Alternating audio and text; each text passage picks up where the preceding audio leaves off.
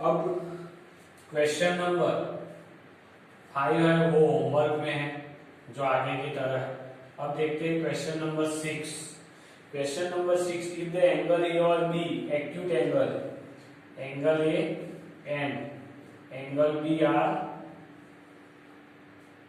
Acute angle है ना, हाँ एक्यूट एंगल, तो हम एज्यूम कर लेते हैं, let the consider right triangle ABC an angle, अभी ए और बी एक्यूट एंगल दिया है तो इसीलिए angle C is equal to 90 degree का हो गया, यानी आपकी फिगर में एंगल सी इधर आएगा, ए और बी इधर आएगा, बराबर है। अब आपको क्या बोला है, cos A is equal to cos B बोला है, तो मैं ढूंढ लेता हूं cos A, ये रहा cos A यानी क्या आएगा, तो सामने cos यानी पास वाली साइड AC और हाइपोटेनियस AB होगा। दूसरा cos B is equal to क्या होगा, तो cos B के लिए पास वाली साइड BC आएगी और हाइपोटेनियस AB आएगा। अब दोनों इक्वल है ना, cos A is equal to cos B है, cos A यानी AC बाय AB है और cos B यानी BC बाय AB है, दोनों का रेशियो इक्वल है, तो ये AB तो नीचे वाला कट जाएगा, तो AC is equal to BC। AC तो ये वाली और ये BC ये इक्वल है, ये दोनों इक्वल है, जो उसका opposite angle B is equal to angle A, क्यों, equal side opposite angle equal, बराबर है ना, इसीलिए angle B is equal to angle A, जो आपको एज्यूम प्रूव करना था, इसका मतलब angle A equal to angle B, इस तरह से जो मांगा है उस तरह से लिखता हूं, तो ये आपका हो गया। अब आपको दिया हुआ है क्वेश्चन नंबर 7 है ना, तो क्वेश्चन नंबर 7 के अंदर आपको एक रेशियो दिया हुआ है, उसके हिसाब से आपको पूरा फॉर्मूला बनाना है, साइन थीटा वो सब ढूंढना है, बराबर है। तो उसके अंदर कॉट थीटा का दिया हुआ है, तो क्वेश्चन नंबर 7 है जिसके अंदर आपको कॉट दिया हुआ है, cot theta is equal to 7/8 दिया हुआ है, तो वही ट्राइंगल हम ले सकते हैं,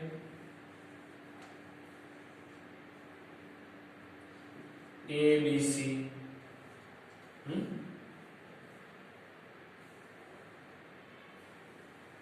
ABC ट्राइंगल में ले सकता हूं इस तरह से।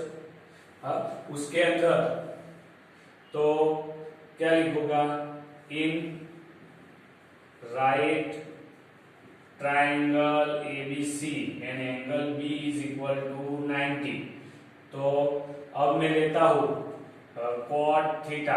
अब थीटा की बात बोली है तो थीटा यानी कौन सा, तो मैं लेता हूं C को थीटा एंगल थीटा, इधर लिखता हूं angle C is equal to theta है, तो कॉट थीटा यानी पास वाली साइड क्या आएगी BC और सामने वाली AB आएगी।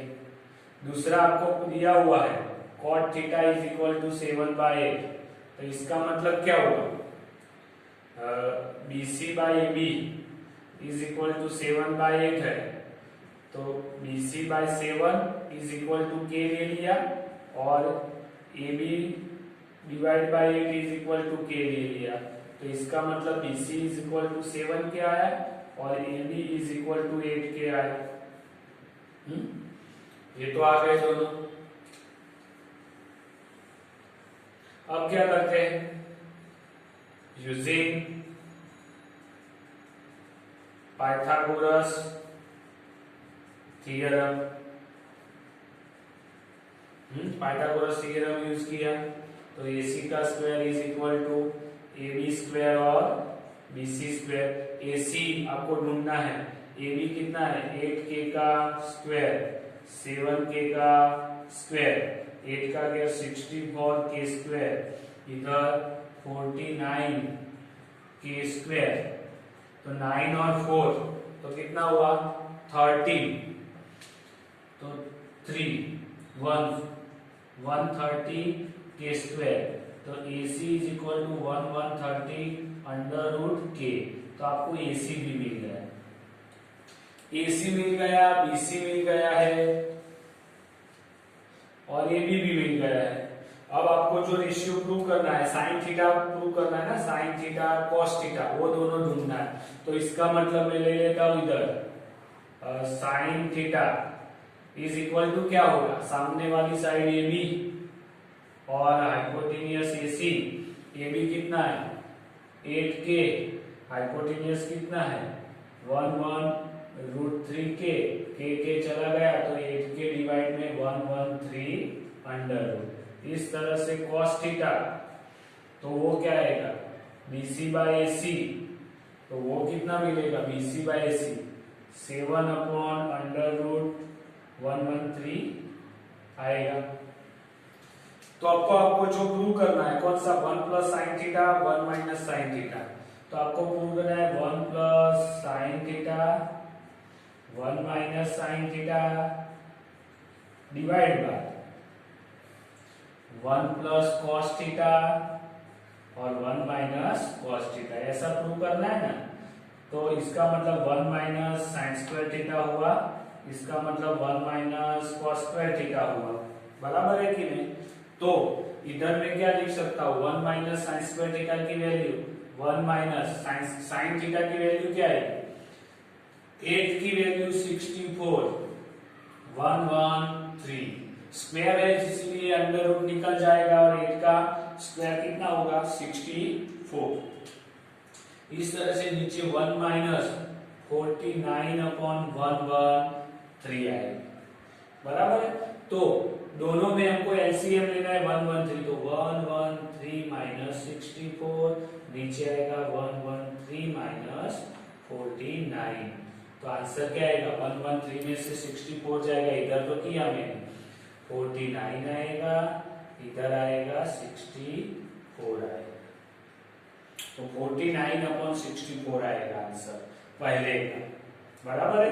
इस तरह से दूसरा आपको बोला है कॉट, वो आप इस तरह से ढूंढ सकते हो, डायरेक्टली वैल्यू ही डालनी है। कॉट स्क्वायर थीटा बोला है तो कॉट तो आपने ढूंढ ही लिया है 7/8 है, तो उसका आपको क्या बोला है स्क्वायरिंग करने को ही बोला है। तो कॉट स्क्वायर थीटा यानी 7/8 का होल स्क्वायर, तो वो तो 49/64 आएगा। तो ये भी और ये भी दोनों सेम आने वाले है वैल्यू।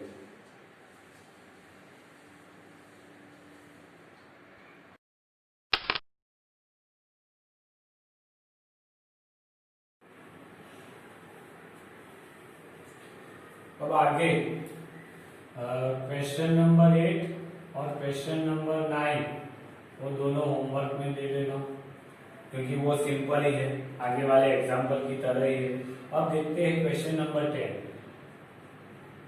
क्वेश्चन नंबर 10 के अंदर in triangle right triangle PQR दिया है और एंगल Q आपको 90 डिग्री का दिया हुआ है। दूसरा आपको क्या दिया हुआ है, तो PR प्लस QR आपको 25 दिया हुआ है एंड PQ दिया हुआ है 5 सेंटीमीटर। तो डिटरमाइन द वैल्यू ऑफ आपको साइन P क्या क्या ढूंढना है, तो साइन P ढूंढना है, फिर दूसरा cos P ढूंढना है और tan P ढूंढना है। ये 3 वैल्यू ढूंढनी है आपको। तो देखो ये राइट एंगल ट्राइंगल है, तो पहले हम एज्यूम कर देते कि PQ और QR let the QR is equal to x centimetre. अगर QR x है तो PR कितना होगा 25 माइनस QR आएगा, तो 25 माइनस x होगा PR। तो इसका मतलब आपके पास तीनों वैल्यू हो गए, कौन सी, एक तो PR आ गया, क्यू आर आ गया और पी क्यू तो आपको दिया हुआ है। तो यूजिंग पाइथागोरस थ्योरम, अब कौन सा ट्राइंगल, अगर आपको पता नहीं चलता तो आप इधर ट्राइंगल भी ड्रॉ कर दो, नहीं पता चलता तो क्यू आपको राइट एंगल है, इधर पी और इधर क्यू है, तो सॉरी इधर आर आएगा, यानी पी आर हाइपोटेनियस होगी ना। तो पी आर का square is equal to P Q square plus Q R square. अभी पी आर कितना है, पी आर है 25 माइनस एक्स का होल स्क्वायर, पी क्यू कितना है 5 का स्क्वायर, क्यू आर कितना है x का स्क्वायर। तो 25 का 625 minus 15x plus X square is equal to 25 plus X square. ये एक्स स्क्वायर तो कट जाएगा, तो बचेगा क्या 625 माइनस 25, ये 25 उस साइड गया और 50 उस साइड गया और 15x, तो ये आ गया 600 divide by 50 is equal to x। तो ये तो चला गया, तो x इज इक्वल टू 6 5 जा 13, 13 2 जा 16 और नीचे 5 5 गया, तो x is equal to 12। x 12 आ गया तो पी आर में रखो या, तो इसका मतलब Q R is equal to कितना आया, x इज इक्वल टू 12 आ गया। दूसरा आपको था P R is equal to 25 minus X, तो 25 माइनस 12 तो 13 आ गई पी आर की वैल्यू सेंटीमीटर, ये भी सेंटीमीटर। तो आपको तीनों तीन रेशियो मिल गए, बराबर है कि नहीं। तो अब आपको क्या ढूंढना है, तो साइन पी, तो sine P is equal to, देखो ये पी है, साइन यानी Q R upon P R. Q R कितना आया, क्यू आर 12, पी आर कितना आया 13, तो साइन पी मिल गया। दूसरा क्या ढूंढना है, कॉस पी, तो वो इधर ढूंढ लेता हूं, कॉस पी, कॉस पी यानी P Q upon P are. P Q कितना है, तो पी क्यू तो पहले से लिया हुआ है 5, तो 5 अपॉन 13 आ गया। और 10p, 10p यानी sine p divide by cos p, इससे मैं ढूंढता हूँ। साइन कितना था 12 बाय 13 और ये 5 बाय 13, 13 कट गया तो 12 बाय 5, बराबर है। तो इस तरह से आप क्वेश्चन 10 कर सकते हैं।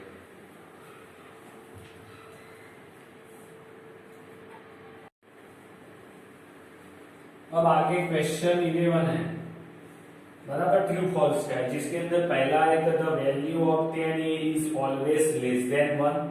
तो आपको पता है कि 10 एक ही वैल्यू है, वो लेस देन 1 यानी 1 से कम आती है। हाँ 1045 की वैल्यू 1 आती है, इसका मतलब वो लेस देन है नहीं। तो पहला कौन सा है, फॉल्स है पहला नंबर। दूसरा नंबर,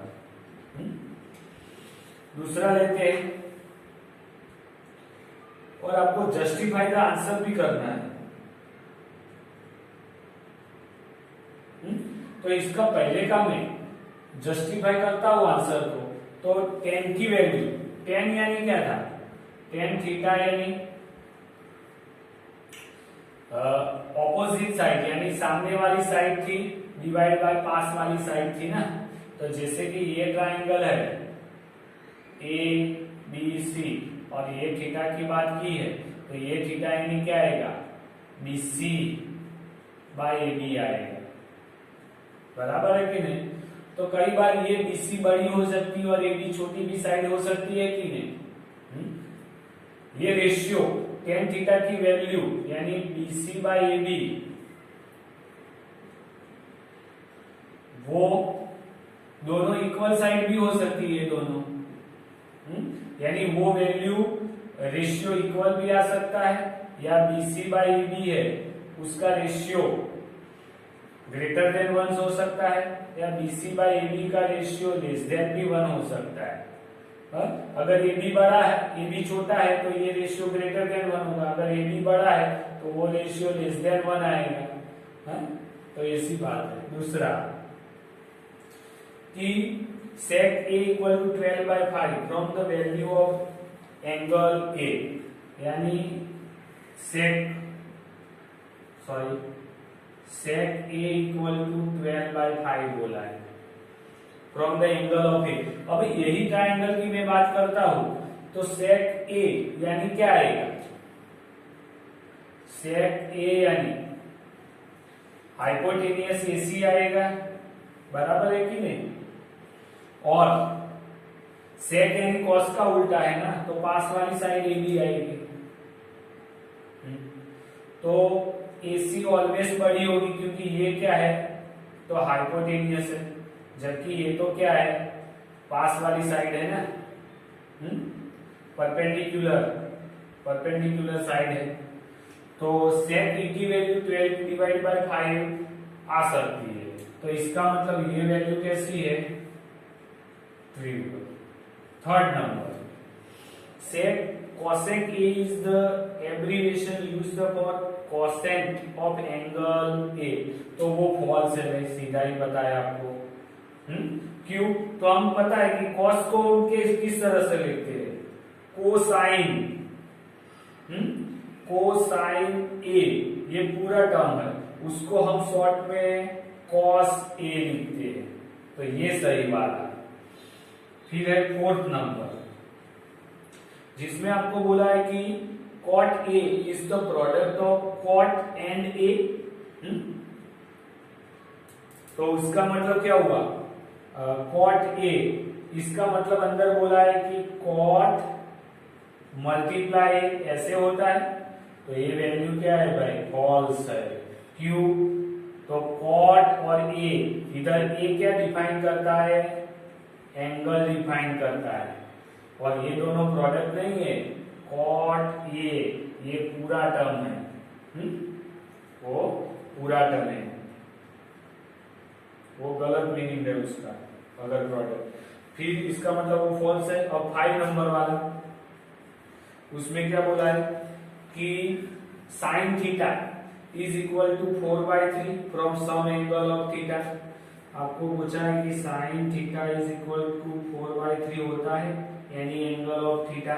अगर मैं थीटा ए को ले लो तो sin theta is equal to sin theta सामने वाली side BC upon hypotenuse AC आता है, और ये वैल्यू मैंने 4/3 ली है, तो ये कभी भी हो सकता नहीं है। नीचे क्या है, हाइपोटेनियस, हाइपोटेनियस है ना, तो हाइपोटेनियस यानी ये वाली साइड तो always bigger than 2 other side, इसीलिए ये वैल्यू कभी भी आती नहीं है। तो ये क्या है, फॉल्स है, क्योंकि रेशियो में हाइपोटेनियस नीचे है, तो हाइपोटेनियस की साइड तो बड़ी वैल्यू ही रहती है। और तो इधर हमारी एक्सरसाइज 8.1 कंप्लीट होती है।